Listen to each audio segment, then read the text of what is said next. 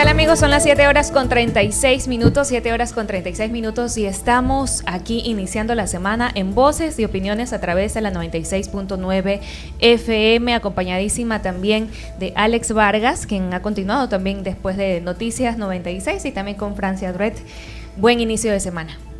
¿Qué tal? Qué gusto, Sofía, mi estimada. Qué bueno que ha venido. Gracias. Medio desbaratando todo, pero aquí estamos. Sí, aquí estamos. Siempre para informar.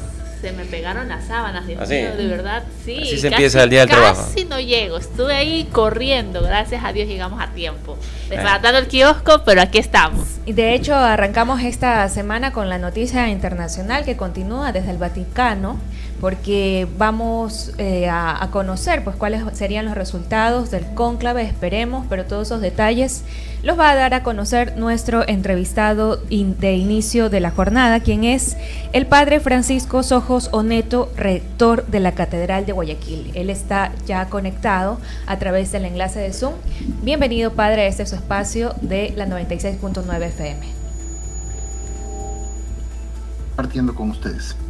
Gracias por darnos este tiempito. Y bueno, para iniciar queríamos que nos pueda comentar acerca del cónclave que va a iniciar este día miércoles, ¿no? ¿Cuáles son esos puntos claves que hay que conocer respecto a este suceso que es inédito, ¿no? No siempre ocurre algo como lo que estamos por ver. Bueno, es importantísimo, sobre todo, ponernos en el contexto histórico. Tú dices, no es inédito, pero llevamos 2000 años de historia de la Iglesia, eligiendo a los sucesores de San Pedro, propiamente a través del cónclave. Son 1000 años que se realiza así la elección. Esta es una semana de mucha alegría. Esto es lo primero que tenemos que tener claro. Es semana en la cual los cardenales se van a reunir en el cónclave para elegir al sucesor de San Pedro. Lo que ha sucedido en los últimos cónclaves es que los cardenales han demorado bastante poco en elegir al nuevo papa, con lo cual pudiéramos aventurarnos a decir que ya para el próximo domingo tendremos un nuevo papa. Y el próximo domingo no es solo el Día de las Madres, sino que litúrgicamente celebramos el Domingo del Buen Pastor. Entonces yo desde ayer le he dicho a toda la gente en la catedral, qué bonito, qué alegría sería efectivamente que se produjera eso, que es una posibilidad muy grande, que para la celebración del Buen Pastor tengamos ya la elección del nuevo Papa. Correcto, padre. Y también se habla de algunos candidatos que están siendo favoritos, también de un filipinos. A inicios de toda esta jornada también se hablaba de aquel que provenía del Congo, ¿no? ¿Qué es lo que se sabe internamente y que quizás se pueda compartir a la audiencia?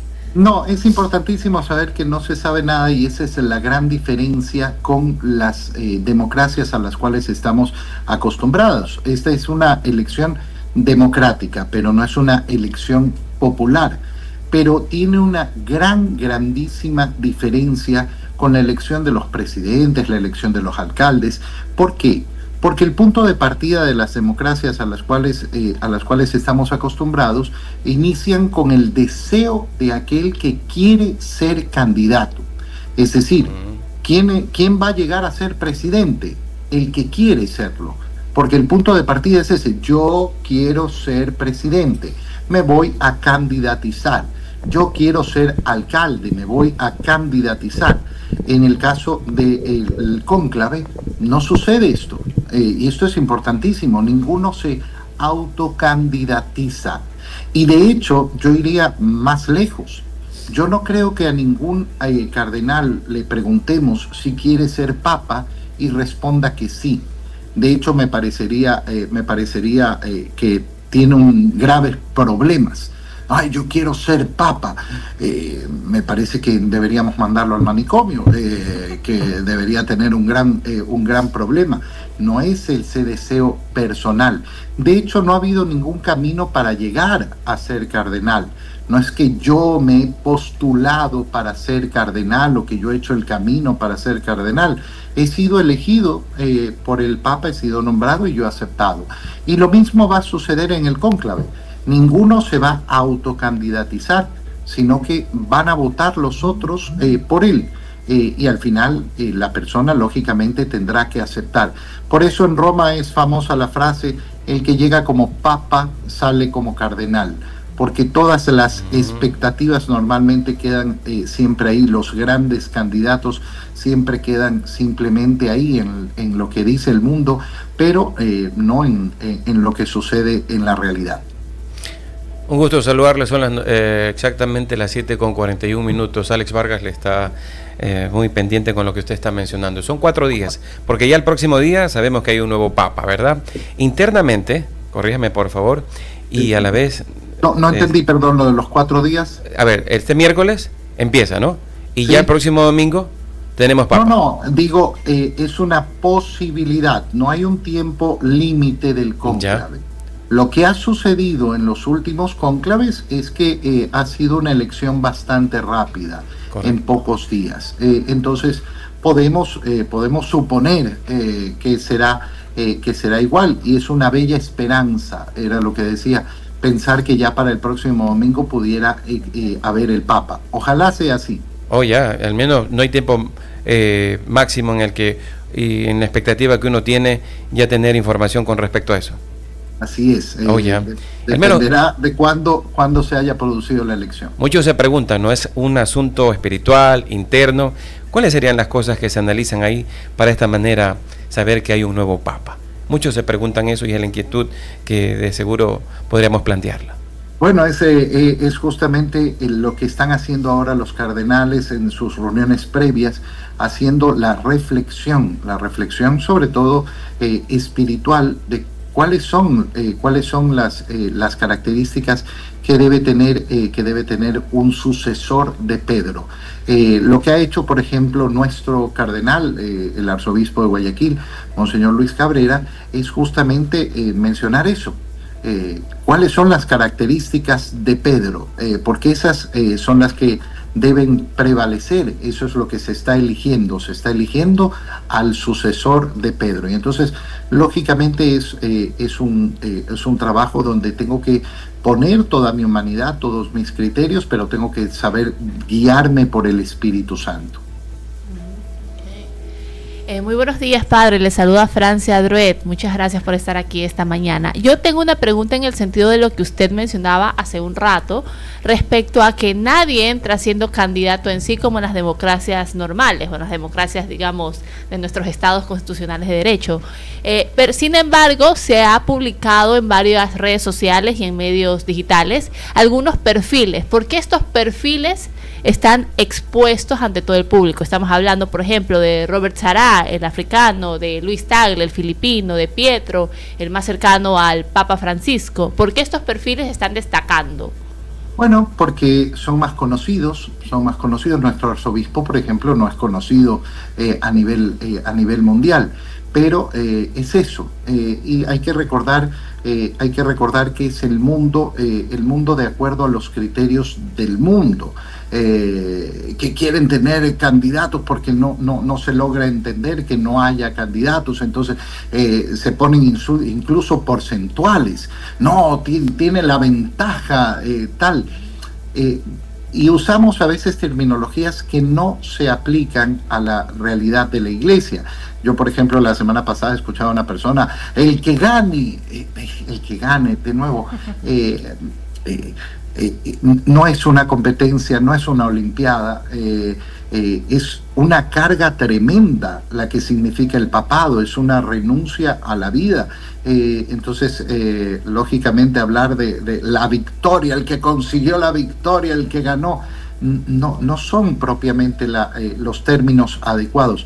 Yo ayer contaba, por ejemplo, a mí me tocó vivir con Monseñor Juan Ignacio Larrea en sus últimos meses como arzobispo, y bajé una mañana a desayunar y alza los brazos y me dice: ya no soy el arzobispo de Guayaquil.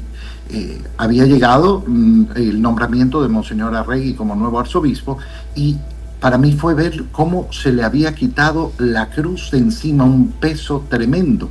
No es que no lo haya llevado con cariño, pero el peso es tremendo, y esto tenemos que entenderlo. Por eso los católicos estamos llamados a tener estos días una profunda oración por el cónclave y por quien va a ser el futuro Papa. Correcto, padre. Y para entender internamente este proceso, ¿qué es lo que se realiza en estos días, ¿no? Respecto a internamente, entiendo que están mucho en oración, pero ¿cómo funciona por dentro un proceso de cónclave? Bueno, primero entender que los cardenales están en estos días conociéndose, porque no todos se conocen. No todos, como han dicho, hay figuras que han sido más destacadas, más visibles por sus funciones o por sus características personales, pero no todos los cardenales se conocen entre ellos. Entonces en estos días obviamente ese conocer la vida de uno y del otro está representada la Iglesia en su universalidad, y el proceso es bastante simple. Cada uno vota en secreto y vota por el candidato que quiere, y después se va haciendo el conteo para lograr la elección del Papa. Tiene que haber una mayoría absoluta, no solo del 50%, es más, pero además, una vez elegido por los otros, el elegido tiene que aceptar la elección. No es simplemente que lo eligieron y ya está, sino que tiene que ser aceptada la misión. Una vez que eso se produce, entonces tenemos la elección del Papa.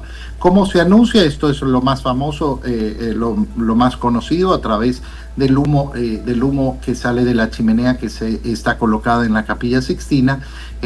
Hay 2 votaciones diarias, excepto el primer día. El primer día se realiza una sola votación, y la chimenea, en el caso de que no se haya dado la elección en la votación de la mañana, que son además 2 votaciones, se vota una sola vez el humo negro en la mañana, una sola vez en la tarde.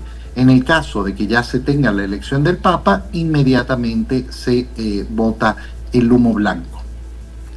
A ver, yo tengo una pregunta, Papa, tal vez un poquito polémica, porque de hecho hace unas semanas tuvimos una discusión con también un co-host aquí en la radio. Ambos estábamos discutiendo sobre los requisitos para ser Papa o para pertenecer a este electorado, este cónclave. De hecho, en la historia, y usted me corregirá, padre, en la historia sí se ha visto papas laicos. ¿Cuáles son los requisitos exactos? ¿Se tiene que seguir este estudio por la Iglesia o no es tan necesario? Porque el derecho canónico tiene una zona gris respecto a eso. No hay ninguna zona gris. Puede ser elegido Papa cualquier hombre bautizado. Esa sería la única norma. Pero en el caso de aceptar, tendría que ser ordenado, lógicamente, obispo, en el caso de no ser sacerdote y obispo.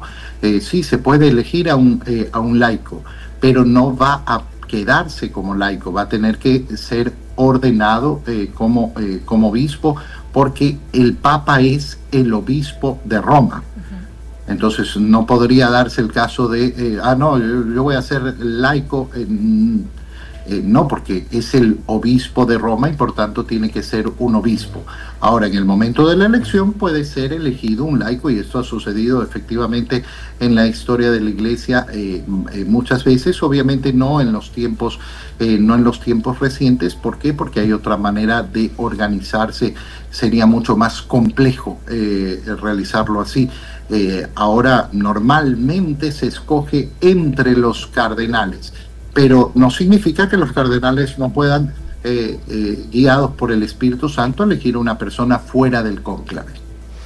Ahora, yo tengo otra curiosidad, mi estimado. Por supuesto, sí. Bueno, en sus sesiones previas al cónclave, dentro de un extenso auditorio del Vaticano, la Asamblea de Cardenales es tan numerosa que los miembros usan placas con su nombre.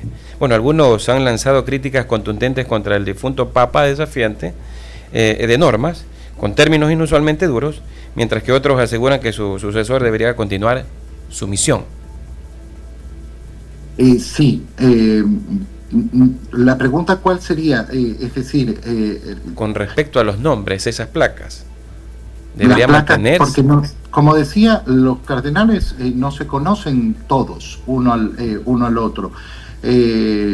Yo no conozco a todos los sacerdotes que trabajan en la arquidiócesis de Guayaquil. Imagínate cuando estamos hablando en el mundo. Entonces, lógicamente, cuando tenemos reuniones, el utilizar placas con los nombres para podernos referir a las personas por su nombre es lo más normal. De ahí, la libertad es el fundamento del cristianismo. La libertad es la que nos permite aceptar la invitación del Señor. Por tanto, cada uno tiene libertad de opinar también lo que quiera. Habrá las personas que opinan de una manera respecto al Papa anterior, otros que opinan distinto.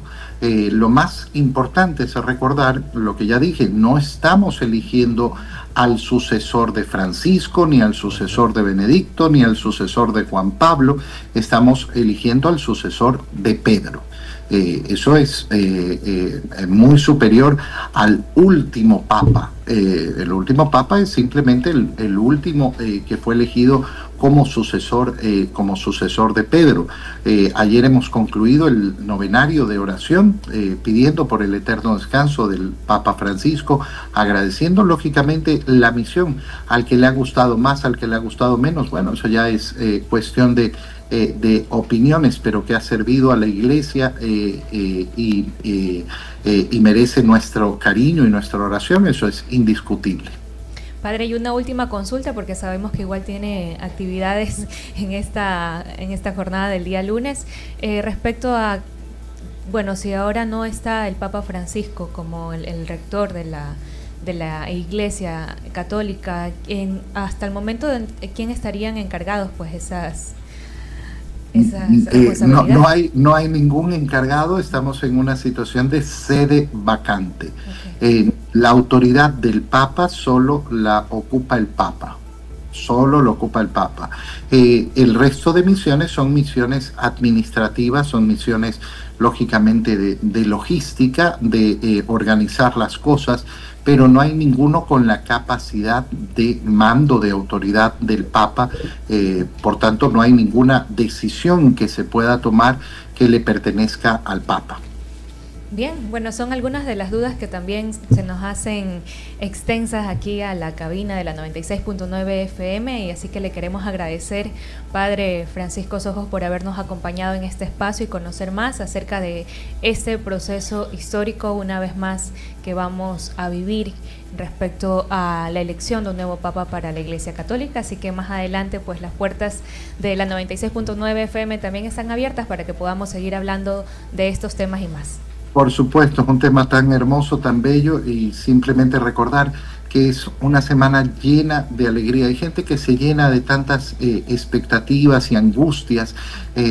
Recordar, es la elección del Papa que ocurre cada cierto tiempo y que se viene realizando hace 2000 años. No hay ninguna institución en la tierra que cuente esa historia. Entonces es importantísimo, porque muchas veces nos quieren quitar esa alegría, nos quieren quitar esa paz, y no podemos, y menos en este tiempo de Pascua, perder esa alegría en Cristo. Así es, son las 7:54. Gracias una vez más por habernos acompañado en este espacio de voces y opiniones. Tenemos incluso también más información aquí desde la cabina. Incluso. Así es, pero yo antes de ir a las noticias, yo quisiera preguntarte, Anita, ¿quién ganó la apuesta al doctor Miguel Constaín? Bueno, aquí ya hoy... 5 de mayo del 2025, ya hay muchos testigos, y bueno, ¿qué fuente todavía la que acabamos de tener para confirmar lo que decía Francia? Hace algunos programas atrás justamente hablábamos de este tema antes del incluso del entierro del Papa Francisco, y se mencionaba justamente eso que trajo a colación, y que es hubo si papas un laico puede llegar a ser papa. Y el doctor Constaín decía que no, que él tenía que verificar eso. Aquí tenemos a la fuente, un personaje de la propia Iglesia Católica. Bueno, pero interesante, porque seguramente eso tampoco lo conocía nuestra audiencia. Y de hecho es un tema como muy, para mí muy nuevo, ¿no? Pero obviamente para los encargados y quienes están ahí detrás de la iglesia, conocedores claro, debe del ser tema, algo normal o algo muy normal. conocido. En todo caso, le cobraremos la apuesta al doctor Constaín. Ya el siguiente jueves, este jueves, un desayuno para todos. Desayuno Ese, en eso no, queda. ahorita le, De pronto le puse apostaron, pero la no sabía qué era. Ahí sí me gusta, a mí también. Ya. Ay, muy bien, Johnny también se une.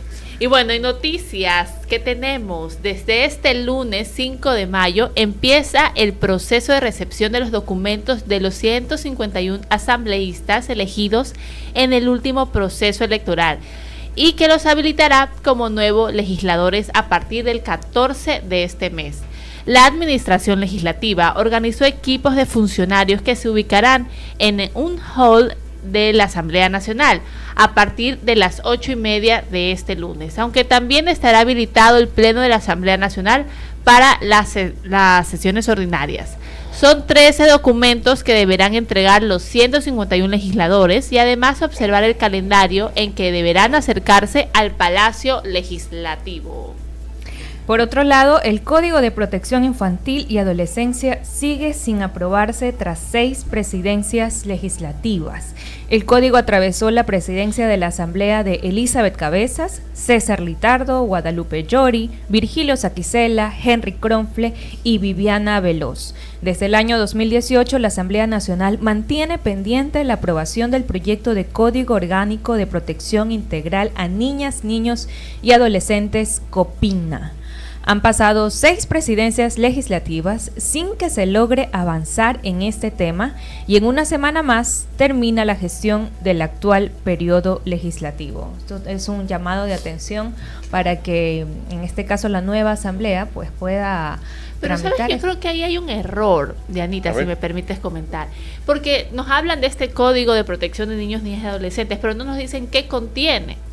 Entonces yo creo que también es un poquito de labor comunicacional, de socializar de qué se trata ese código, porque ya tenemos un Código Orgánico de la Niñez y Adolescencia actualmente, que funciona, en mi opinión, perfecto, pero hay que ver qué reformas o qué añadiduras tendría ese nuevo código y por qué es necesario hoy. Pero eso es algo que la ciudadanía no ha estado muy informada y es necesario también hacer un llamado de atención a los legisladores en ese sentido de que su equipo de comunicación, por eso son tan importantes los comunicadores y mucho más ahora que tenemos herramientas digitales, nos puedan exponer en qué consisten estas nuevas reformas y estos nuevos códigos que se pretenden poner en vigencia, ¿no? ¿Qué creería usted que falta, mi estimada compañera? Yo diría que ¿Qué podría implementarle? Bueno, de pronto ha sido considerado y no lo sabemos. hay que decir algo, y aquí tal vez lo voy a decir súper arriesgadamente, pero los asambleístas sí se han convertido en una suerte de influencers, Ya. ¿no? Que todos tienen ahí su huella digital, que todos tienen ahí su personalidad. No hay asambleísta, o es muy difícil de ver un asambleísta que no haga un trend de TikTok.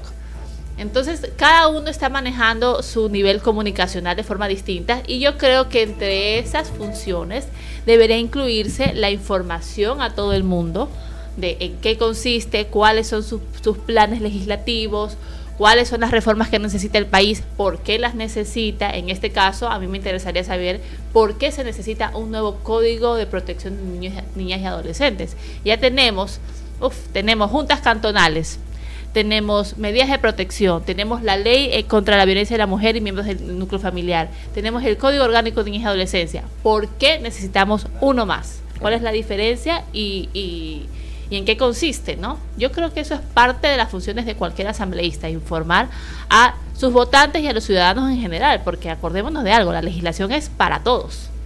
Muy válido lo que dice Francia respecto a lo que tiene que ver con las leyes, obviamente los asambleístas, y bien señalas también es como un llamado de atención para aquellos que van a estar posicionados dentro del próximo periodo para que puedan mejorar sobre todo en ese aspecto. Son las 8:00, 8 horas en punto de este 5 de mayo y tenemos una conexión con nuestro reportero de Exteriores, Jorge García, quien nos va a comentar las novedades de lo que ocurre en la ciudad de Guayaquil. Adelante, Jorge. En Noticias 96, reafirmamos nuestro compromiso con la verdad y la inmediatez. Llevamos la información desde el lugar donde se genera, con el reporte confiable de Jorge García. Noticias desde Exteriores al aire.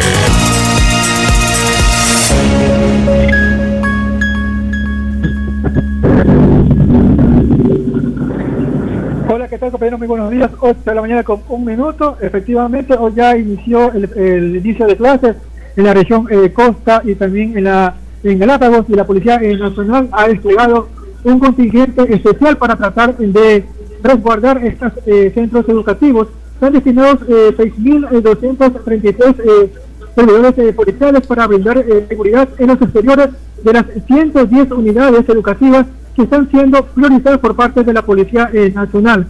Es importante recalcar que estas 110 centros educativos serán resguardados durante el término de este periodo escolar. Los patrullajes serán continuos para tratar de evitar cualquier tipo de anomalía. La Policía Nacional ha anunciado que se realizarán operativos constantes en estos 10 centros educativos que han sido priorizados, en donde se puede evaluar lamentablemente la ola de violencia que vive la ciudad de Guayaquil. Actualmente existen 1.573 centros educativos que existen acá en la zona 8. Sin embargo, la Policía Nacional ha informado que 110 han sido priorizados debido a la ola de violencia que vive la ciudad de Guayaquil. Es por eso que los servidores policiales están destinados para estar dando seguridad en estos recintos escolares. Los patrullajes serán tanto en motocicletas como también a pie.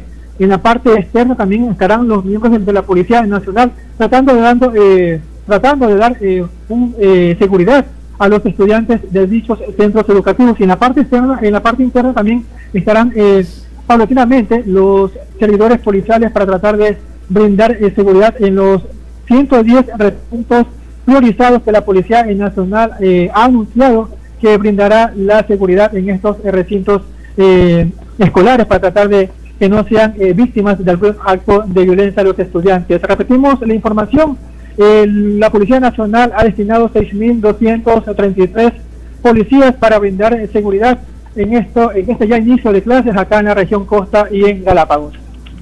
Perfecto, muchas gracias, Jorge, por este completo reporte desde Exteriores. A propósito del inicio de clases, nos trae la novedad de que más de 3.000 policías van a estar custodiando también a nuestros niños en este régimen Costa y Galápagos. Vamos a ver, yo al menos me quedo con un sabor de un caramelo que se me acaba el dulce. ¿Recuerda usted el plan seguro de Escuela Segura?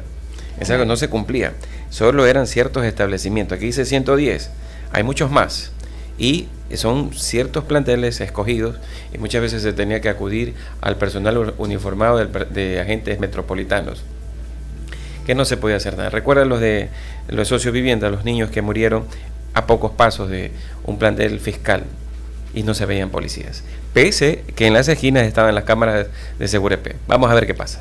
Sí, yo también coincido con Alex también, y además que el número de matriculados cada vez disminuye más año a año, y es terrible porque eso significa que los niños primero no están siendo educados y segundo tendrán que ocupar su tiempo libre en otras cosas, y coincidentemente también el reclutamiento de niños a bandas criminales va en aumento. Exacto. Entonces, de alguna forma sí es necesario replantear o fortalecer la política criminal en ese aspecto para evitar que nuestros niños sean reclutados, y también fortalecer una educación de calidad, y no solo de calidad en cuanto a lo académico, sino en cuanto a seguridad. Claro, es que ese es un trabajo que no solamente se debe hacer por la semana del inicio de clases, sino de manera constante, y además que esto va más allá del control, ya se tiene que trabajar directamente con la comunidad, con los padres de familia. Es un tema muy complejo que no solamente abarca el tema policial, ¿no? Y hablando de niños, también tenemos el nuevo caso de leptospirosis. Lo dije bien, leptospirosis.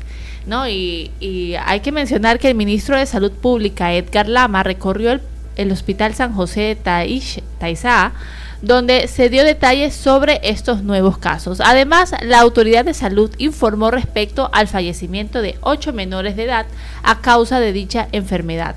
El hecho se suscitó en la localidad de Morona, Santiago. La ciudadanía espera que se tomen cartas en el asunto y no se espere a que la enfermedad se propague. Cabe señalar que la mayoría de personas se infectan mediante el contacto con la tierra o agua contaminada durante las actividades al aire libre. Aparecen fiebre, dolor de cabeza y otros síntomas en 2 fases separadas por unos cuantos días. Una forma grave, potencialmente mortal, daña múltiples órganos, incluyendo el hígado y los riñones. Es realmente preocupante esto y los padres de familia tienen que estar muy alertas, porque los síntomas parecieran de cualquier gripe normal, ¿no? Pero puede desembocar en algo mucho más grave.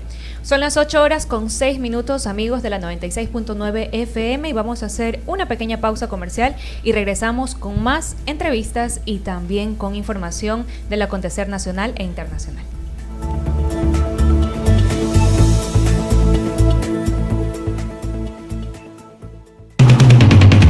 La información con un contexto inigualable y diferente. Voces y opiniones de nuestro entrevistado del día. Voces y opiniones. El segmento de entrevistas y análisis de Noticias 96. La comunidad educativa es una de las prioridades para el gobierno del Nuevo Ecuador. Trabajamos en la seguridad de nuestros estudiantes para que puedan asistir a clases con total tranquilidad.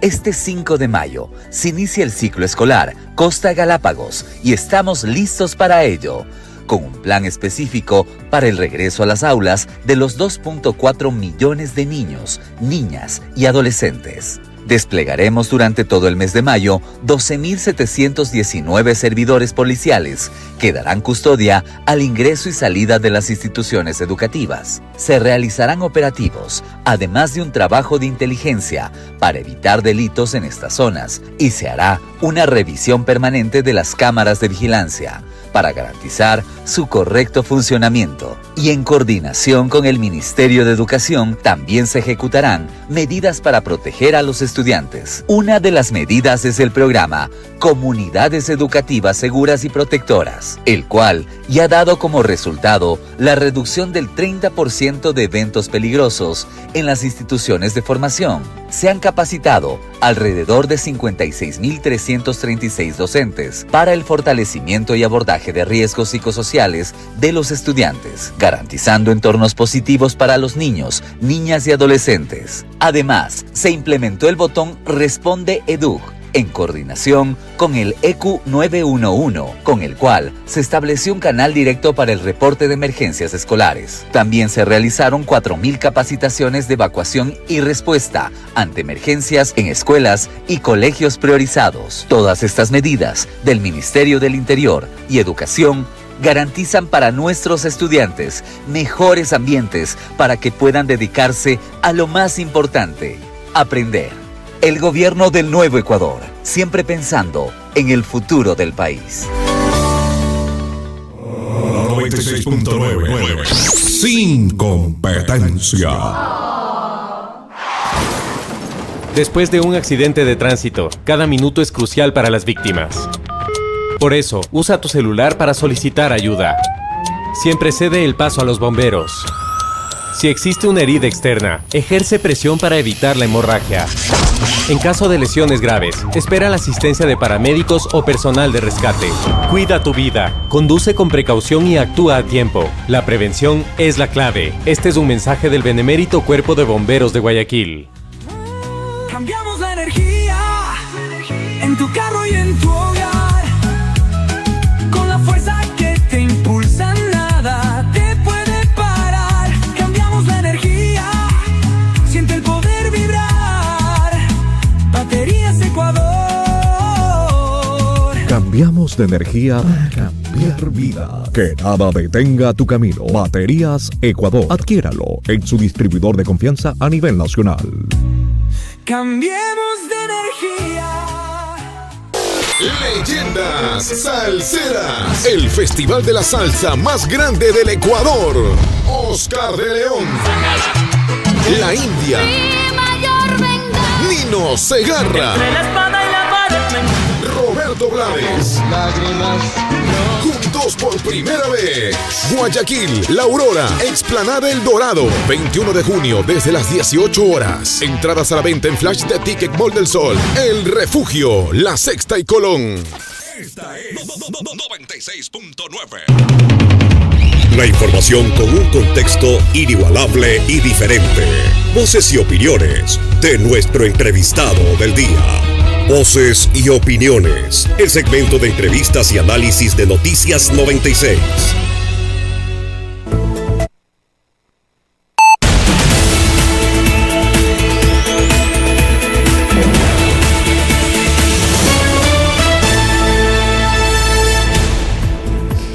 Amigos, son las 8 horas con 11 minutos, 8 horas con 11 minutos y tenemos más información para ustedes que nos escuchan a través del dial La 96.9 FM y también a través de la señal de YouTube y de Facebook. Ahí estamos transmitiendo en vivo como cada mañana. Nos encuentran como @La 96.9 FM.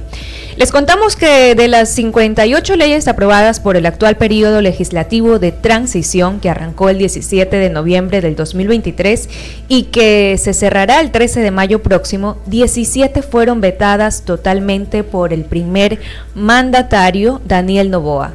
Eso es el 29% de ellas, casi un tercio. Durante la presidencia del social cristiano Henry Kronfle se aprobaron 30 normas. Él estuvo en ese cargo del 17 de noviembre del 2023 al 1 de octubre del 2024, cuando renunció para ser aspirante a la presidencia de la República en los comicios del 9 de abril. Así es, y mientras que el Servicio de Rentas Internas atenderá en su agencia del centro de Guayaquil solo con cita previa a partir de este lunes 5 de mayo del 2025. La entidad informó que este cambio se realiza para dar una mejor atención. Una familia que contrate a una trabajadora remunerada del hogar ya no podrá hacerlo sin afiliarla, así sea por unas horas, al Instituto Ecuatoriano de Seguridad Social. Así lo establece la Ley Orgánica Reformatoria al Código de Trabajo para dignificar el trabajo del hogar, aprobada por unanimidad en la Asamblea Nacional el pasado 28 de abril. Que otorga nuevas garantías para quienes ejercen esta actividad históricamente precarizada. ¿Qué te parece la medida, Diana? No, obviamente bastante buena, muy fabulosa, sobre todo en temas de derecho, pero tú sabes mucho más de eso acerca. O sea, es que la verdad sí, tengo ahí mis pensamientos encontrados, porque de alguna manera también desincentiva a las personas a poder contratar por horas o por un servicio prestado a ciertas personas que se dedican, por ejemplo, al hogar o a que hace desde el hogar. Entonces, pero no, yo no hago laboral, amiga. No hago laboral, pero ahí doy mi criterio como sea. Son las 8 horas con 13 minutos, 8 horas con 13 minutos y tenemos ya en línea a nuestro siguiente entrevistado, quien es el abogado Fernando Bastias Romero, abogado defensor del caso Los 4 de las Malvinas. Abogado está ya conectado a la 96.9 FM, bienvenido a su espacio Voces y Opiniones. Diana Holguín está aquí de este lado del micrófono. Muy buenos días, Diana, y un saludo a todas las personas que nos escuchan. Gracias por la invitación. Vamos a tratar un tema que ha dado de qué hablar desde diciembre del año pasado, cuando se conoció acerca de la desaparición de los 4 menores de las Malvinas y luego pues se supo acerca de su muerte, ¿no? Porque obviamente fueron encontrados sus cuerpos y esto ha tenido en vilo a la ciudadanía respecto a todo lo que tuvieron que pasar estos menores. La semana pasada se llevó a cabo la segunda diligencia después de un mes y se hallaron unas cuestiones bastante sensibles, delicadas, incluso de revelar los detalles, pero en síntesis se detallaba una tortura a estos 4 menores. ¿Qué es lo que podríamos resumir respecto a este caso para ir hilando fino respecto a lo que se viene? Sí, en relación a esta segunda reconstrucción de los hechos se confirmó algo que nosotros ya veníamos denunciando desde que conocimos el caso, porque esto no solo fue una detención ilegal, sino que fue una detención que luego se derivó en desaparición y terminó con consecuencias de una ejecución. Y en el contexto de esto, por supuesto, que se denunciaron posibles actos de tortura debido a el testimonio de una persona que les dio comida y ropa y los vio ensangrentados y desnudos. Y no hablamos solo de un acto de tortura, sino una práctica de tortura sistemática en todo el contexto de la detención. Tortura física, tortura psicológica y también tortura sexual. Física en relación a todos los golpes y lesiones que se detallaron ya hasta en medios de comunicación públicamente. Tortura psicológica, la última reconstrucción se lograron ver los videos también de uno de los militares que lo registró fotográficamente a 2 de los chicos detenidos. Y se lograba ver que otro militar los estaba insultando. Eso en todo el trayecto, con amenaza de muerte, lo insultaba. Por supuesto, crea condiciones de tortura psicológica, más allá de que no sabes a dónde te van a llevar o qué es lo que te va a pasar. Y finalmente, la tortura sexual. Cuando a una persona se le obliga en contra de su voluntad a desnudarse, es una forma de agresión sexual. Pero cuando esto se insiste a través de la fuerza, ya se crea la categoría entra dentro de la categoría de tortura. Uno de los niños se resistió a ser desnudado por la fuerza por parte de los militares. Y este militar lo comenzó a patear en el suelo para que procediera a desnudarse en contra de su voluntad. Entonces, esta resistencia ya hace que el hecho se configure en una forma de tortura sexual.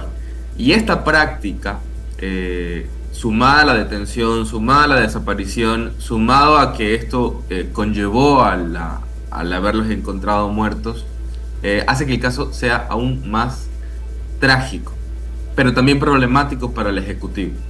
Un Ejecutivo que intentó instaurar una impunidad institucional, porque no solo fueron los 17 militares quienes dicen aquí no hay delito, también fue el ministro de Defensa, Giancarlo Lofredo, y la ex ministra del Interior, Mónica Palencia, actual embajadora ante la Organización de las Naciones, ante la Organización de Estados Americanos. Se intentó posicionar en la opinión pública, pero también en las instancias judiciales, que aquí no había desaparición forzada. Pero no solo es que sí hubo desaparición forzada, sino que también se suman estos hechos de tortura en estas dimensiones que he mencionado contra los 4 niños. Es decir, abogado Bastias, que no solamente podrían enfrentar, en este caso, alguna sentencia específicamente a los 16 militares involucrados, sino que también se podría extender al Estado propiamente por quienes estuvieron participando en ese entonces como autoridades. Evidentemente aquí hay una responsabilidad estatal, eso fue lo primero que se tuvo claro. De hecho, en el habeas corpus inicial que se ganó y actualmente está pendiente una sentencia en apelación, se señaló que la desaparición forzada ya existió bajo la responsabilidad estatal. No, obviamente que ese dictamen no determinaba responsabilidades penales para los militares, pero sí establecía una responsabilidad al Estado por haber permitido que 4 niños se los detuviera y se los incomunicara. De hecho, dispuso una serie de medidas de reparación integral. Ahora esto tiene que ser aceptado por el gobierno. El gobierno no acepta que esa desaparición forzada también es responsabilidad del Estado. Tanto así que tuvieron que apelar, tanto ministro de Defensa como ministra del Interior. Y eso también obstaculiza en las medidas de reparación integral, principalmente en cómo hacer que esto no vuelva a ocurrir. Entonces, si nuestros gobernantes dicen que no hubo ningún incumplimiento de procedimiento por parte de los militares, ¿cuántos operativos con las mismas características no se están desarrollando ahora en Ecuador? ¿A qué están expuestos los civiles, particularmente niños, niñas, adolescentes de contextos empobrecidos y racializados, a que les vuelva a ocurrir exactamente lo mismo? Eso es lo que denunciamos. No es solo el caso. Ay, Es de verdad, el patrón, el comportamiento de Fuerzas Armadas y con ello también el apoyo de impunidad del Estado. de verdad, lo que iba a comentar es que cada que escucho más noticias sobre esto, me horrorizo más. Buenos días, abogados. Soy Francia Druet y gracias por estar aquí. Yo tengo una pregunta en cuanto a cómo calificaría usted la acción de fiscalía. ¿Se está investigando? ¿Se está llevando una investigación proba? Porque se ha visto muy pocas de las actuaciones de fiscalías en las páginas oficiales, contrario a lo que se ve, por ejemplo, en casos como Metástasis, Purga, entre otros. Sí, a propósito de qué diligencias se suben o no en redes sociales, lo dejaré para analistas políticos. La unidad de uso ilegítimo de la fuerza que solamente hay en 3 provincias, en Quito, en Cuenca y en Guayaquil. Guayaquil tiene que recibir los casos de toda la región de la costa. Y a pesar de esa carga laboral, al menos nosotros podemos reconocer el diligente trabajo del fiscal Cristian Párez para llevar a cabo todo el proceso en el caso de los 4 niños. Sin embargo, paralelo a los 4 niños, existen otras 33 víctimas de desaparición forzada durante el 2024. De ellas, 9 son menores de edad. Y lo que esperamos es que con la misma diligencia que se ha venido acompañando desde Fiscalía el caso de los 4 niños, también se acompañen estos otros casos que revisten de igual gravedad. Detenciones arbitrarias realizadas por Fuerzas Armadas en un contexto de estado de excepción y focalizada en determinados lugares: Los Ríos, Guayas y la provincia de Esmeralda.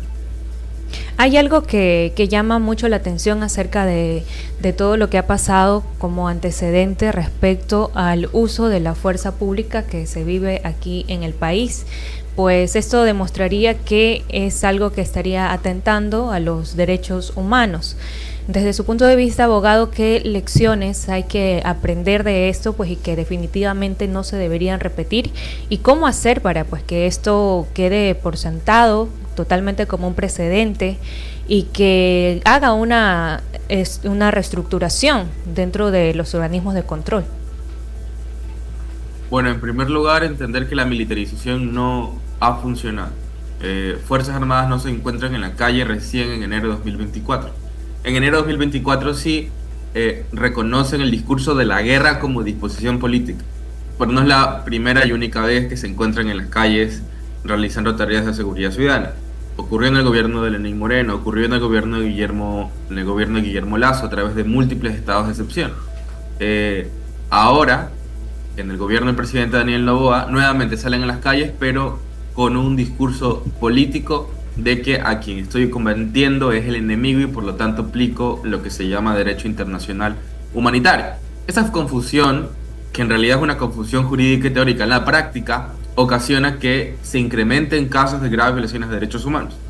Pero por otro lado, lo que viene ocurriendo desde hace mucho tiempo es que no se reducen los niveles de violencia. Fuerzas Armadas no garantiza que realmente se combata la criminalidad derivada del narcotráfico. Lo que hace eventualmente en los primeros meses quizá apaciguarla, pero como la dinámica criminal resultado del narcotráfico es compleja y estructural, se necesitan respuestas paralelas a solo la militarización, que lo que te permite es contener y durante un tiempo muy limitado. Entre enero y posiblemente abril, mayo de 2024, se logró realizar una contención, pero rápidamente vimos que luego los niveles de violencia volvieron a repuntar. Entonces, ahí hay 2 conclusiones importantes que tenemos que tener. La una, la militarización no es una medida eficiente para combatir el crimen organizado. Pero si yo continúo militarizando la seguridad ciudadana, lo que voy a tener es incremento de graves violaciones a derechos humanos. Porque estoy colocando a personas que no tienen ni la formación ni la capacidad para temas de seguridad ciudadana y expongo a la población civil a lo que está pasando ahora. Fiscalía General del Estado reporta más de 40 casos de desaparición forzada en el contexto del 2024. Más de una veintena de casos de ejecuciones extrajudiciales y una centena de denuncias por tortura. A eso estamos expuestos ahora, la población civil. Y no digo que las víctimas sean principalmente integrantes de bandas de crimen organizado. es población civil, personas que no tienen nada que ver con la criminalidad. Y en su experticia, una última pregunta para ya cerrar la entrevista, pero en su experticia como abogado en derecho penal, ¿cuál sería la solución integral para evitar que menores desaparezcan o tengan estas consecuencias tan terribles? Cumplir el procedimiento. Justamente el procedimiento se hizo para evitar los excesos y los abusos que se configuran en delitos. Notificar una detención. Los militares dicen que hubo un delito flagrante. ¿Por qué no lo llevaron ante la Policía Nacional, ante un fiscal o ante sus padres, como lo manda la ley en el caso del menor de 14 años? Es la gran interrogante. Entonces, lo que concluimos es que obviamente no solo fue un desliz o un error, o no es que los vi grandotes y por eso no creíamos que eran menores de edad. Es un comportamiento habitual haberles permitido a Fuerzas Armadas creer que pueden incumplir procedimientos. A la policía sí le pido informes, bitácoras, hay que preguntarle a cualquier agente de policía cuántos informes y cuánto tiempo se le va en el tema administrativo. Porque es necesario, porque a la hora que ellos apliquen el uso legítimo de la fuerza y terminen aplicando fuerza letal, su bitácora y su documentación va a permitir corroborar de que lo que hizo él fue en el marco de la ley. Pero hemos mandado a militares a las calles con un respaldo institucional y una falsa posibilidad jurídica de supuestos indultos que tienen esta facilidad de detener, desaparecer a 4 niños en el sur de la ciudad de Guayaquil y llevarlos a 2 horas y abandonarlos en la mitad de la nada. Ese es el riesgo al cual estamos expuestos todas y todos. Y la razón es porque el gobierno ha permitido que eso ocurra. La reflexión es que tenemos que obligar a Fuerzas Armadas a seguir el marco de la ley. Porque por un lado, cuando realmente tenga que actuar, van a dudar porque supuestamente van a creer que están atentando contra los derechos humanos. Cuando tú aplicas adecuadamente la ley, no atentas ningún derecho. Pero cuando incumples procedimientos, ocurre lo que le pasó a los 4 niños y ocurre lo que le ha pasado a más de 33 personas, entre ellas 9 menores de edad, en todo el 2024. Definitivamente este es un tema que da para analizarlo por mucho más tiempo, para incluso en alguna otra ocasión volverlo a invitar acá, abogado Fernando Bastias, para que sea parte de este panel de voces y opiniones, y también ir actualizando pues la información que se pueda generar respecto a la resolución más adelante, ya cuando ocurra la sentencia. Así es, le agradecemos mucho, abogado Fernando Bastias, y de verdad me solidarizo con la familia de los 4 niños. Espero que todo esto llegue a un esclarecimiento de los hechos y obviamente se llegue al verdadero castigo de las personas responsables, si es que se contribuye o se acredita aquello. Le agradecemos, abogado, por estar aquí conectado esta mañana y esperamos nuevamente poderlo tener para actualizar el caso de los 4 niños de las Malvinas. Muchas gracias. A ustedes por la invitación, un buen día. Saludos. Gracias, son las 8 horas con 28 minutos, 8 horas con 28 minutos y tenemos noticias internacionales. 13 trabajadores vinculados a una de las grandes compañías mineras de Perú fueron hallados muertos dentro de una mina de oro en Patás, al noroeste del país, días después de denunciarse su secuestro en ese lugar, informaron la empresa y las autoridades. La minería es un impulsor económico clave en Perú, uno de los mayores productores de oro en América Latina. Patás, ubicada a unos 900 kilómetros de la capital de Lima, está en estado de emergencia desde febrero de 2024, debido a la escalada de violencia causada por la fiebre del oro. Esta madrugada, tras intensas labores de búsqueda, el equipo de rescate de la policía pudo recuperar los cuerpos de los 13 trabajadores que fueron secuestrados por mineros ilegales, coludidos con elementos criminales, dijo en un comunicado la minera Poderosa, en cuyas instalaciones ocurrieron los hechos. Atención, el diario digital El Faro denunció que la Fiscalía de El Salvador prepara el arresto de sus periodistas por publicar entrevistas a pandilleros que revelaron un supuesto pacto con el presidente Nayib Bukele, que le permitió llegar al poder, lo que el gobierno negó este domingo. El Faro difundió de jueves a sábado las entrevistas según las cuales las pandillas ayudaron a Bukele a ganar en 2015 la alcaldía de San Salvador y la presidencia en 2019, a cambio de dinero y beneficios para líderes pandilleros presos. El director del medio de investigación periodística, Carlos Dada, denunció la noche del sábado que la Fiscalía está preparando órdenes de captura contra los periodistas que trabajaron en las entrevistas, entre ellos los hermanos Oscar y Carlos Martínez. Muy grave esta noticia. Fuerte la revelación. Cae un líder, se me cayó del pedestal.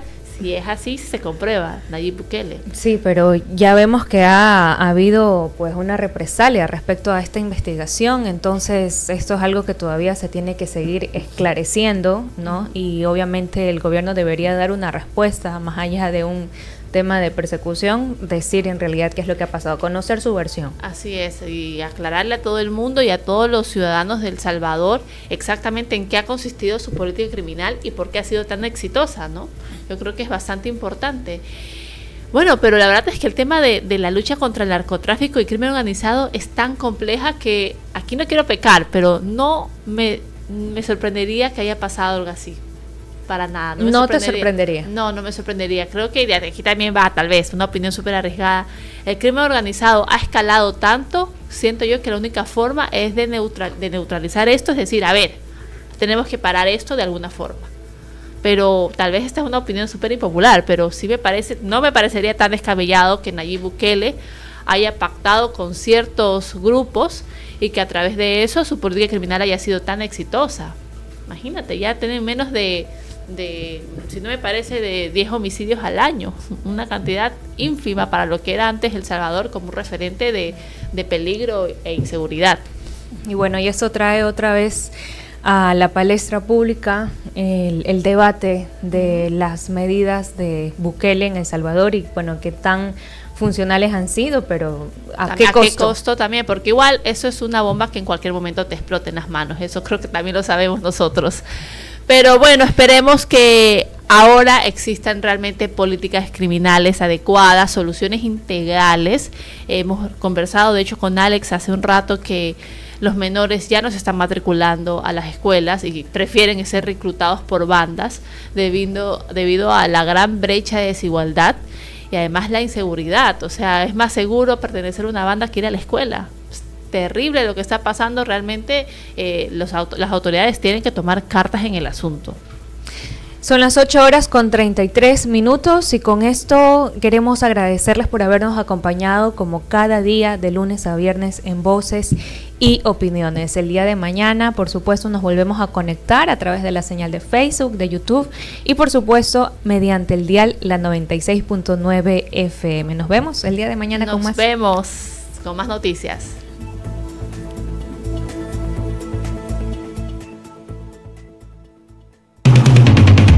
La información con un contexto inigualable y diferente. Voces y opiniones de nuestro entrevistado del día. Voces y Opiniones, el segmento de entrevistas y análisis de Noticias 96. Escucha buena radio.